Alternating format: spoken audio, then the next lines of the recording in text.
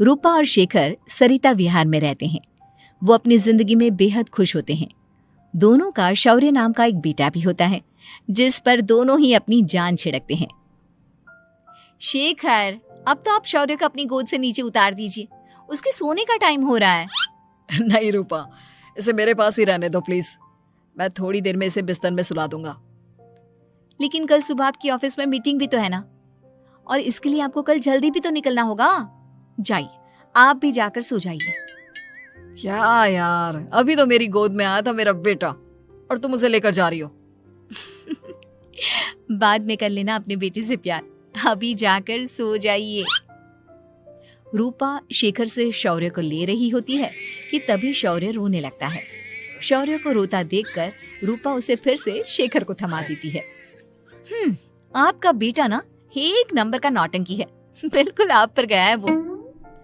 साफ बोलो ना, तुम्हें जलन होती है हम दोनों बाप बेटे का प्यार देखकर। पहले बड़ा तो होने दो तुम शौर्य को, फिर देखना वो सबसे ज्यादा मुझे ही प्यार करेगा। देखते हैं। ऐसे ही दिन बीतते चले जाते हैं और एक दिन कैंसर की बीमारी के चलते रूपा की मौत हो जाती है। अब शौर्य 3 साल का हो चुका होता है, जिसके कारण उसकी दादी शेखर पर दूसरी शादी का दबाव बनाने लगती है। शेखर, शौर्य अभी बहुत छोटा है और उसे इस समय एक माँ के प्यार की बहुत जरूरत है। माँ, मुझे दूसरी शादी नहीं करनी। क्या पता जो दूसरी औरत आएगी वो मेरे बेटे को एक माँ का प्यार दे या ना दे। तो रूपा की छोटी बहन वैशाली से ही शादी क्यों नहीं कर लेता? वो तो शौर्य को एक माँ का प्यार पूरा दे सकती है ना। मैंने कहा ना माँ, मुझे दूसरी शादी नहीं करनी, और अपनी ही पत्नी के बहन से तो हरगिज नहीं। ऊपर से अगर रूपा देख रही होगी तो वो क्या सोचेगी?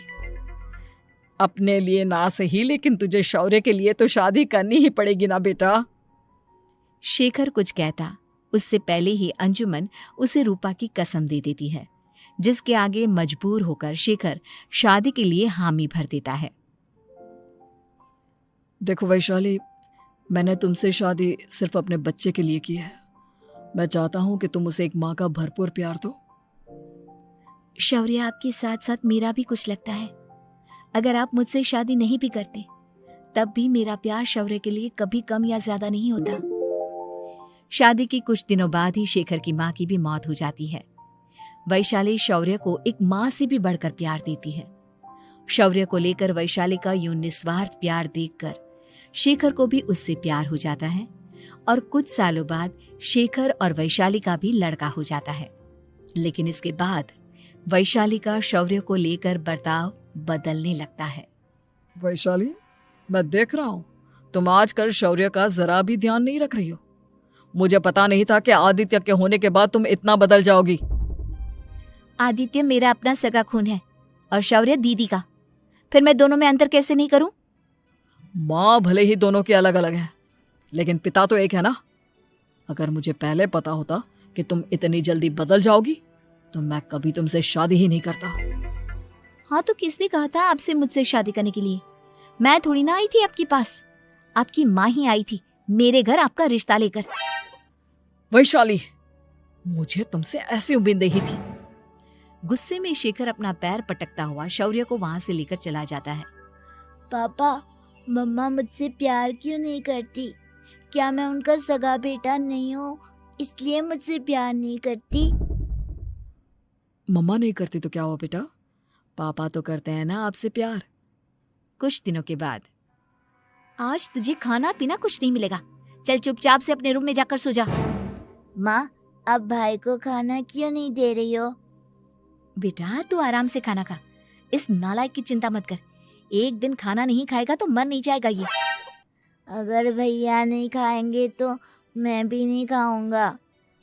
तू अपने भाई का भक्त क्यों बन रहा है? ये तेरा सौतेला भाई है, सगा नहीं जो तू लक्ष्मण बन रहा है। माँ, आपको इतना भी नहीं मालूम? श्री राम और लक्ष्मण सगे भाई नहीं थे। श्री राम माता कौशल्या और लक्ष्मण माता सुमित्रा की कोख से जन्मे थे। दोनों के सिर्फ पिता एक थे लेकिन माँ अलग थी। मुझे ज्यादा ज्ञान देने की जरूरत नहीं है। ये सतयुग और त्रेता युग नहीं है, समझे? आया बड़ा भाई का चमचा। इतना कहकर वैशाली वहां से चली जाती है। जिसके कुछ टाइम बाद शिखर वहां आता है और आदित्य उसे सारी बात बताता है। मुझे माफ कर दो शौर्य, तुम्हारी माँ के जाने के बाद मुझे दूसरी शादी का फैसला करना ही नहीं चाहिए था। अगर मैं दूसरी शादी नहीं करता तो शायद आज तुम्हारी ये हालत ना होती। नहीं पापा, अगर आप शादी नहीं करते तो मुझे आदित्य जैसा छोटा भाई कभी नहीं मिलता। थैंक यू मुझे इतना अच्छा भाई देने के लिए। तुम दोनों हमेशा ऐसे ही साथ रहना, फिर कोई भी तुम दोनों का कुछ नहीं बिगाड़ पाएगा। चलो मैं तुम दोनों को आइसक्रीम खिला कर लाता हूँ, बहुत भूख लग रही है ना। शिखर शौर्य और आदित्य को आइसक्रीम दिलाने लेकर जाता है। वो दोनों को पार्क में खड़ा करके आइसक्रीम लेने जा ही रहा होता है, तभी तेज रफ्तार से आती हुई एक गाड़ी उसे कुचल देती है और उसी पल शेखर की मौत हो जाती है, जिसके बाद शौर्य की जिंदगी नर्क से भी बदतर हो जाती है। सुन रे चिरकुट, इस घर के किसी भी सामान को मेरी मर्जी के बगैर हाथ मत लगाना। इन सब पर अब तेरा कोई हक नहीं है, समझा? ठीक है माँ, मैं आपकी इजाजत के बगैर किसी चीज को हाथ नहीं लगाऊंगा। चल जाकर अब पूरे घर की सफाई कर। महज 7 साल का शौर्य वैशाली के कहने पर अपने नन्हे नन्हे हाथों से पूरे घर की सफाई करने लगता है। ऐसे ही दिन बीतने लगते हैं, लेकिन मासी से माँ बनी वैशाली को उस मासूम से बच्चे पर जरा भी तरस नहीं आता। क्यों शौर्य, ये घर में इतनी गंदगी कैसे हो रही है? ढंग से सफाई नहीं की है क्या तूने? माँ मैंने तो अच्छे से सफाई की थी, लेकिन आदित्य बार बार इधर उधर चलकर गंदा कर देता है। अच्छा, खुद से एक काम ढंग से नहीं होता और अपनी गलतियों का जिम्मेदार मेरे बेटे को ठहराता है। इतना कहकर वैशाली बांस का डंडा उठाकर शौर्य को जोर जोर से मारने लगती है। तभी वहां वैशाली के मायके वाले भी आ जाते हैं और उसकी सारी करतूतें देख लेते हैं। माँ मैं ऐसा क्या करूं जिससे आप मुझे भी आदित्य के जितना प्यार करोगी? बोलिए ना माँ, मेरे क्या करने से आपके अंदर मेरे लिए ममता जागेगी? वैशाली शौर्य की एक नहीं सुनती, उसके ऊपर डंडे बरसाती जाती है। हद पार होते देख वैशाली की माँ उसका हाथ पकड़ती है और जोर से उसे थप्पड़ मारती है। यही सब करने के लिए तूने दामाद जी से शादी की थी? हमने सपने में भी तुझसे ऐसी हरकत की उम्मीद नहीं की थी। तू माँ नहीं, माँ के नाम पर एक धब्बा है। बस कीजिए माँ, आदित्य के इस दुनिया में आने से पहले मैंने इसे बहुत प्यार किया था, लेकिन अब जब मेरी खुद की औलाद है तो मैं किसी और के बच्चे से प्यार क्यों करूं? अरे नालायक औरत, जिसे तू किसी और का बच्चा कह रही है वो तेरी खुद की सगी बहन का बच्चा है। बहन है तो क्या हुआ, मेरे अपने बच्चे से बढ़कर तो नहीं हो सकता ना ये कभी। अगर यही बात थी तो तू हमें पहले बता देती, हम शौर्य को अपने साथ ले जाते। उसे इस तरह प्रताड़ित करने की क्या जरूरत थी? अगर आपको लेकर जाना है ना तो ले जाइए इसे, मैं नहीं रोकूंगी। नहीं माँ, मुझे कहीं नहीं जाना, मुझे आपके साथ ही रहना है। मैं तेरी कोई माँ बाबा नहीं हूँ, तेरी माँ मर चुकी है, समझा? अब निकल जा मेरे घर से। माँ अब बहुत गंदी हो, मुझे भी नहीं रहना आपके साथ, मैं भी भाई के साथ ही जाऊंगा। अरे तू क्यों जाएगा, तू तो मेरा सगा बेटा है, जाने दे इसे। हम यहाँ ऐश से रहेंगे, तुम्हारे पापा बहुत सारी जमीन जायदाद छोड़ गए हैं तुम्हारे लिए। नहीं माँ, मुझे भाई के साथ जाना है। आप अच्छी नहीं हो, आप बहुत बुरी हो, आप भाई को बहुत परेशान करती हो। देख वैशाली, तुझसे ज्यादा समझ तो इस मासूम बच्चे में है।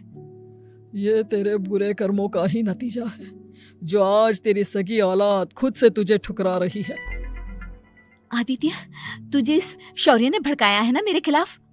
नहीं माँ, मुझे किसी ने भड़काया नहीं, पर मैं सब देखता हूँ, सब समझता हूँ। भाई बहुत अच्छा है, वो आपकी जैसा नहीं है। चलिए नानी।